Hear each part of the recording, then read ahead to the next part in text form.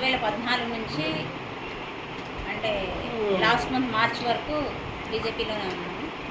అయితే బీజేపీలో నాకు సరైన పోస్ట్ని ఇవ్వడం కానీ, నాకు సీట్ ఆఫర్ చేయడం కానీ జరగలేదు. ఇండైరెక్ట్గా ఒక లేడీ వస్తుంది అని చెప్పేసి ప్రచారం చేయడం అనేది కరెక్ట్ కాదు. ఇప్పుడు లేడీ వస్తుంది అంటే ఆ లేడీ పేరు ఏదో అనౌన్స్ చేయాలి వాళ్ళు. ఆ లేడీకి బీఫామ్ అనౌన్స్ ఇవ్వాలి. అలా కాకుండా లేడీ వస్తుందని పబ్లిసిటీ చేసేసి నేను అప్లికేషన్ సబ్మిట్ చేసినా కూడా, నా బయోడేటా సబ్మిట్ చేసినా కూడా నాకు సీట్ అలాట్మెంట్ ఇవ్వలేదు. నా బయోడేటా ఫామ్ తీసేసి పక్కన పెట్టారు. పైగా నేను అడిగితే, కొంతమంది స్టేట్ లీడర్స్ని అడిగితే, మీకు అప్పుడు 2014లో 2019లో మీకు ఆఫర్ ఇచ్చాము, ఇప్పుడు ఈ టైం మీకు ఆఫర్ ఇవ్వట్లేదని చెప్పేసి చెప్పడం అనేది జరిగింది. 2014-19లో ఆఫర్ ఇచ్చినట్లయితే నా బయోడేటా ఫామ్ ఎందుకు తీసుకోలేదు, ఎందుకు పక్కన పడేశారు, నాకెందుకు సీట్ ఇవ్వలేదు, నాకెందుకు పార్టీలో మంచి పొజిషన్ ఆఫర్ చేయలేదు, నేషనల్ స్టేట్ లెవెల్లో కానీ నేషనల్ లెవెల్లో కానీ. అంటే దీని ఉద్దేశం ఏంటి అసలు? అంటే ఒక లేడీని నెగ్లెక్ట్ చేయడమా? అది వాళ్ళ కరెక్టేనా? ఒక బీజేపీ పార్టీకి సనాతన ధర్మం అంటారు, హిందూ ధర్మం అంటారు, ఒక స్త్రీని గౌరవిస్తామంటారు.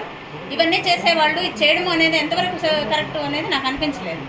అందుకని దాంతో సమానంగా ఉండేలా ఉండే ఇంకో కొత్త పార్టీని చూసి నేను ఈ పార్టీలోకి జాయిన్ అవ్వడం అనేది జరిగింది.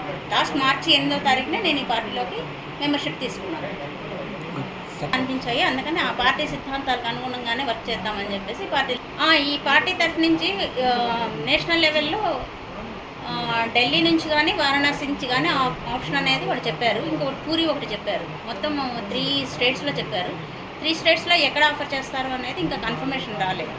26 తర్వాత వాళ్ళ కోర్ మీటింగ్ ఉంది 26న. అది అయిపోయిన తర్వాత కన్ఫర్మేషన్ చేస్తామని చెప్పేసి అనడం జరిగింది. సో నేషనల్ మహిళా ప్రెసిడెంట్గా కూడా నాకు ఆఫర్ ఇచ్చారు. అయితే అది కూడా కోర్ మీటింగ్లో డిసైడ్ అయిన తర్వాత ఎలక్షన్స్ తర్వాత అనౌన్స్ చేస్తామని చెప్పారు. అప్పటి వరకు ప్రెస్ మీట్లో మాత్రం చెప్పుకోండి, అంతేగాని అఫీషియల్గా అయితే అలాగనే చెప్పుకుంటూ వస్తున్నాను.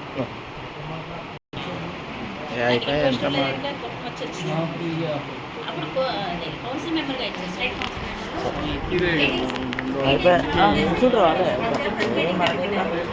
Council member.